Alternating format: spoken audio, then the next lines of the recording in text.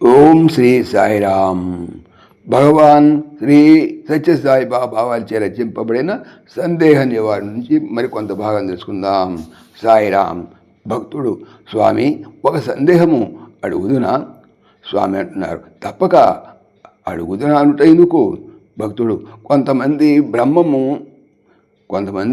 బ్రహ్మమును అస్థి భాతి ప్రియము అంటారే, అట్లా ఉంటే అర్థం ఏంటి? బ్రహ్మమునకు వీనికి గల సంబంధం ఏమి? స్వామి, అది అస్థి అంటే ఉన్నది, భాతి అంటే ప్రకాశించేది, ప్రియమంటే తెలిసినదే కదా, ప్రియమైనది. ఏది నీకు ప్రియమో అదంతయు బ్రహ్మమే. ఒక కుక్క నీకు ప్రియమైనదైనా ఆ కుక్క బ్రహ్మమే. ఆ కుక్కకు రూపనామములు ఉన్నవి. నీవు ఇప్పుడు నీ రూపనామములు దాని రూపనామములు వదిలినావంటే బ్రహ్మమే. దానినే భూత ప్రతిబంధమని కూడా అంటారు. రూపనామముల విసర్జనే బ్రహ్మము. అన్ని నామరూపములందు ఒకే బ్రహ్మం ఏకమై ఉన్నది కదా, అదే అస్థి. ఇది ఉన్నది అని చూచేటందుకు ఒకడుండవలను కదా, ఆ చూచే తెలివే భాతి. అది కావాలి, అది చూడాలి అన్నది ఉంటే కదా చూచేది, వినేది. అదే ప్రియము. ఈ మూడును సహజ స్వరూప లక్షణములు నాయన. భక్తుడు, అయితే సచ్చిదానందం అంటారే, అది ఏది మరి? స్వామి, పిచ్చివాడ, అంతా ఇదే. దీనినే సచ్చిదానందమని కూడా అంటారు. భక్తుడు, స్వామి, ప్రియము కూడా సహజమే. అయితే దేనిని సూచనను ప్రియమే ఉండవలను కదా.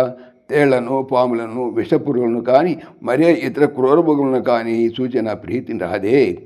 స్వామి, నీకు ప్రీతి లేకుండా వచ్చును. అయితే ఏ జాతికి ఆ జాతిపై ప్రీతి ఉండును కదా.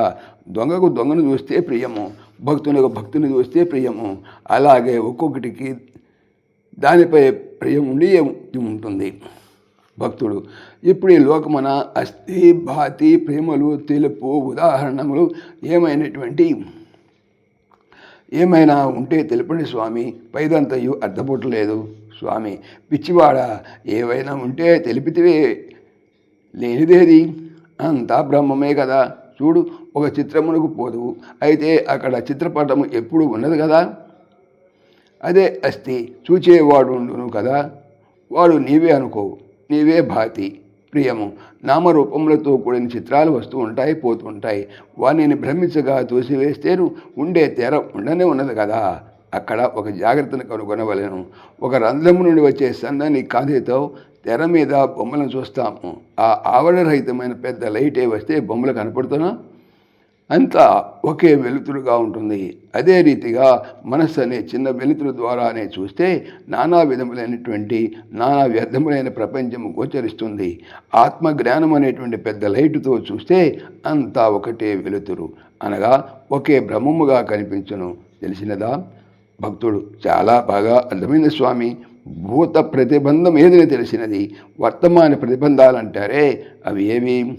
స్వామి, సరే, బాగున్నది, తెలుపుతున్న చూడు. వర్తమాన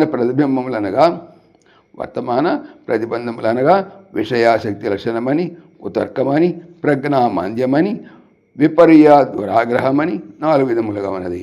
అందులో విషయాసక్తి అంటే విషయాల మీద గాఢమైన ప్రీతి. కుతర్కమనగా గురువులు బోధించిన అర్థమునకు విపరీత అర్థమును తీయుట.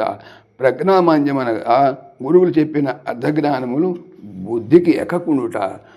విపర్యాస దురాగ్రహం అంటే నేను శాస్త్రి, పండితుడు, వర్తకుడు అని దేహేంద్రియాదులందు ఆత్మతత్వ బుద్ధి కలగటము.